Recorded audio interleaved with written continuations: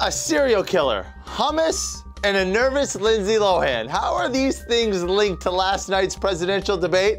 I'm Hyla in Hollywood for the Daily Buzz on CELEBUZZ.com. You mentioned the Navy, for example, and that we have fewer ships than we did in 1916. Well, Governor, we also have fewer horses and bayonets because the nature of our military has changed. We have these things called aircraft carriers where planes land on them. If you were betting that bayonets would make the presidential debate, you are a rich man today. And there is only one thing that Twitter is really good for, and it's all of us coming together during a debate to come up with the best one-liners we can possibly think of. Joining me from Atlanta is the co-host of the nationally syndicated Burt Show, Jen Hobby. Jen, let's go through some of our favorite tweets from last night. Thank God for Twitter, because these debates would be kind of boring without Twitter, wouldn't you say? They would be so boring. Twitter's the ultimate chat room to figure out what everybody is talking about. And certainly those buzzwords, like you said, the bayonets that they're picking up on.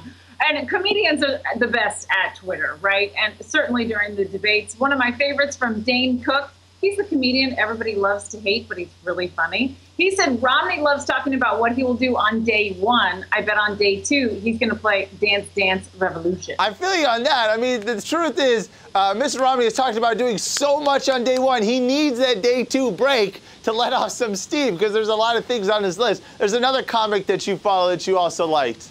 Yeah, Sarah Silverman. I love following her on Twitter. She's always funny, and she doesn't hold back. So this one's pretty harsh. She said, Romney has the self-satisfied smirk of a serial killer who just convinced the cops to leave his house before they checked the attic.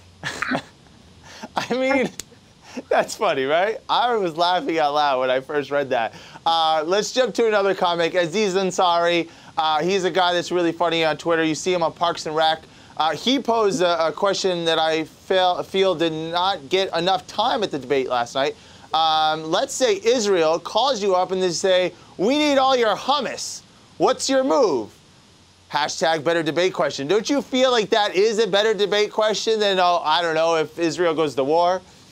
Yes, I like the hummus debate. It's a big one. Hummus is important. You got to take a side on hummus. Kathy Griffin, another comic. I wish they would address the American threat. The real American threat, the Kardashians. That's pretty awesome. I feel that is a threat. But we love the Kardashians here at the Celeb Buzz. And finally, Lindsay Lohan, you wouldn't think, but she was live tweeting the entire debate and really getting into it. She was so excited at the beginning. She said she was really nervous. And then at the end, she goes, nice work to both Barack Obama and Mitt Romney. I'm so relieved that it's over. Maybe more than both of you. Severe anxiety. God bless Lindsay Lohan. Jen Hobby, for anyone who's following Lindsay Lohan, do you feel the undecideds have finally decided where they lean in this election following Lindsay? I don't think so. I think she's got a lot more to be anxious about than the debate. Don't you?